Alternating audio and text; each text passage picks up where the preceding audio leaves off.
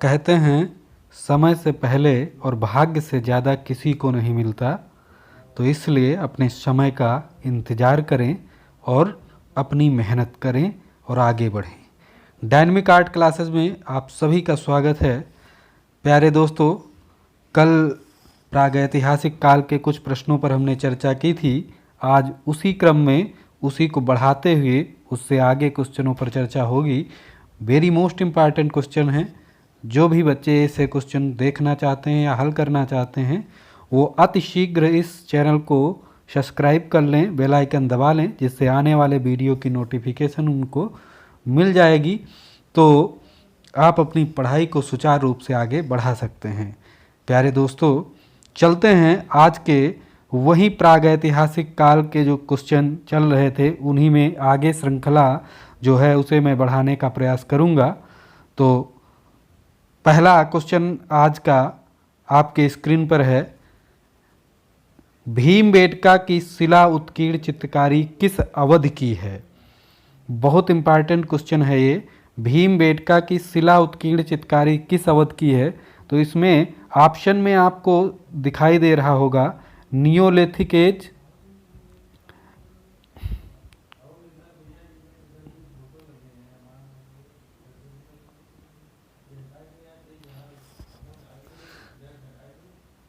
तो प्यारे दोस्तों इसमें ऑप्शन में है नियोलिथिक एज यानी नवपाषाण काल, मेसोलिथिक एज यानी मध्यपाषाण काल, और पैलियोलिथिक एज पुरापाषाण काल, और चैल्कोलिथिक एज यानी ताम्रपाषाण काल। तो आपको बता दें, इसमें जो ऑप्शन सही है वो बी ऑप्शन बिल्कुल करेक्ट है। बी ऑप्शन सही है, तो इसे बी ऑप्शन को आप राइट मानेंगे, क्योंकि जो भीमबेटका के जो चित्र हैं वो मेसोलिथिक एज यानी मध्य पाषाण काल के हैं। तो आशा करते हैं आपको प्रश्न बहुत अच्छी तरीके से समझ में आ गया होगा। चलते हैं अगले क्वेश्चन को देखते हैं। अगला क्वेश्चन है हमारा,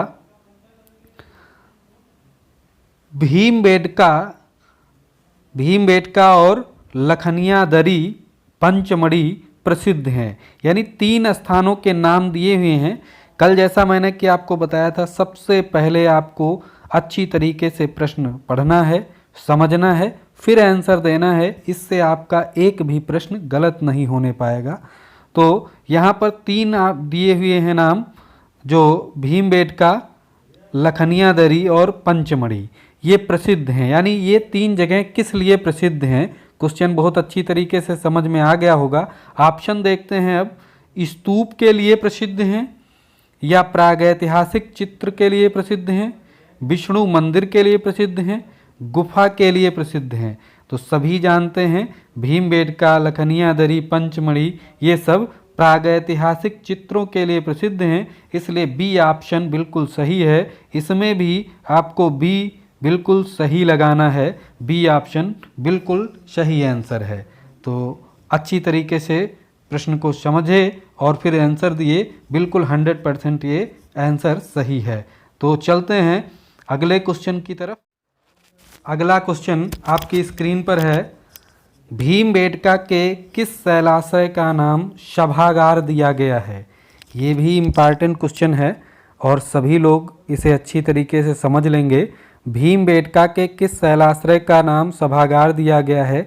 ऑप्शन इसमें ए ऑप्शन है शैलाश्रय संख्या 1, बी ऑप्शन है शैलाश्रय संख्या 12, सी ऑप्शन है शैलाश्रय संख्या 3 और डी ऑप्शन है शैलाश्रय संख्या 15। तो यहाँ पर आपको समझना है, ऑप्शन जो सी है, ऑप्शन सी वो बिल्कुल सही है। सी ऑप्शन जो है वो सभागार के नाम से जाना जाता है भीमबेटका में। तो प्यारे दोस्तों, यहाँ पर ऑप्शन सी बिल्कुल करेक्ट आंसर है, तो आप लोग इसे ही सही करेंगे। तो आशा करते हैं आपको क्वेश्चन अच्छी तरीके से समझ में आ रहे हैं। चलते हैं नेक्स्ट क्वेश्चन की तरफ। तो अगला हमारा क्वेश्चन है, स्क्रीन पर आप देख रहे हैं, भारत में प्रागैतिहासिक चित्रों की खोज सर्वप्रथम किस क्षेत्र में हुई? भारत में प्रागैतिहासिक चित्रों की खोज सर्वप्रथम किस क्षेत्र में हुई? तो यहाँ पर ऑप्शन है बनारस, कानपुर, मिर्ज़ापुर, आजमगढ़। तो यहाँ पर हम बात करेंगे मिर्ज़ापुर की। अगर भारत में सर्वप्रथम प्रागैतिहासिक चित्रों की खोज हुई है तो उत्तर प्रदेश के मिर्ज़ापुर ज़िले से हुई है। तो इसे आप अच्छी तरीके से याद रखना है, ये मोस्ट इम्पॉर्टेंट क्वेश्चन है, कभी भी और किसी भी आर्ट की एग्ज़ाम में पूछा जा सकता है। तो भारत में प्रागैतिहासिक चित्रों की खोज सर्वप्रथम किस क्षेत्र में हुई? तो उत्तर प्रदेश के मिर्ज़ापुर ज़िले में। तो ऑप्शन सी बिल्कुल सही है, इसमें बिल्कुल कोई दिक्कत नहीं होगी ऐसे प्रश्नों में आपको हल करने में। चलते हैं अगले क्वेश्चन की तरफ। अगला क्वेश्चन आपकी स्क्रीन पर है, मिर्ज़ापुर की गुफाओं में सर्वाधिक चित्र इनमें से किस विषय पर हैं? यानी सीधा सा क्वेश्चन है, मिर्ज़ापुर की गुफाओं में जो चित्र प्राप्त हुए हैं उनका विषय क्या है, यानी किस विषय पे सर्वाधिक चित्र बने हैं। सर्वाधिक सभी नहीं, सर्वाधिक यानी अधिक से अधिक चित्र किसके विषय पर आधारित हैं ये पूछ रहा है। तो यहाँ पर आमोद प्रमोद है और नृत्य है, आखेट है, तो पारिवारिक है। तो यहाँ पर सी ऑप्शन बिल्कुल सही है। जो सर्वाधिक चित्र यहाँ से मिले हैं वो आखेट यानी शिकार करते हुए चित्र ज़्यादा दिखाए गए हैं। तो ऑप्शन सी बिल्कुल सही है, आखेट। कोई दिक्कत नहीं होगी, शिकार हो या आखेट हो, जो भी ऑप्शन में है उसे आप अच्छी तरीके से लगा सकते हैं। तो बहुत अच्छी तरीके से आप लोग क्वेश्चन देख रहे हैं, आशा है आप लोगों को अच्छी तरीके से समझ में भी आ रहे होंगे, कोई दिक्कत नहीं होगी। तो अगला क्वेश्चन देख रहे हैं। अगला क्वेश्चन है, मिर्ज़ापुर क्षेत्र की किन पहाड़ियों पर प्रागैतिहासिक गुफा चित्र बने हुए हैं? तो मिर्ज़ापुर की किन पहाड़ियों पर प्रागैतिहासिक चित्र यानी मिर्ज़ापुर में जो चित्र प्राप्त हुए हैं वो किन पहाड़ियों पर हैं? तो ऑप्शन में है ए श्यामला पहाड़ियों पर, बी ऑप्शन है कबरा पहाड़ियों पर, और सी है पहाड़ गढ़ी पर, और डी है कैमूर की पहाड़ियों पर। तो प्यारे दोस्तों यहाँ पर जो ऑप्शन आपका डी है बिल्कुल करेक्ट है, डी ऑप्शन बिल्कुल करेक्ट है। कैमूर की पहाड़ियों पर जो मिर्ज़ापुर के चित्र मिले हैं वो कैमूर की पहाड़ियों पर आधारित हैं। तो आप लोग यहाँ पर डी ऑप्शन लगाएंगे। तो यहाँ 16 नंबर क्वेश्चन का ऑप्शन डी है। बिल्कुल अच्छी तरीके से कोई प्रश्न को समझना है फिर लगाना है। तो कैमूर की पहाड़ी मिर्ज़ापुर से संबंधित हैं, आप लोग इसको ध्यान रखना है। अगला क्वेश्चन आपकी स्क्रीन पर है, प्रागैतिहासिक चित्रों का क्षेत्र मिर्ज़ापुर।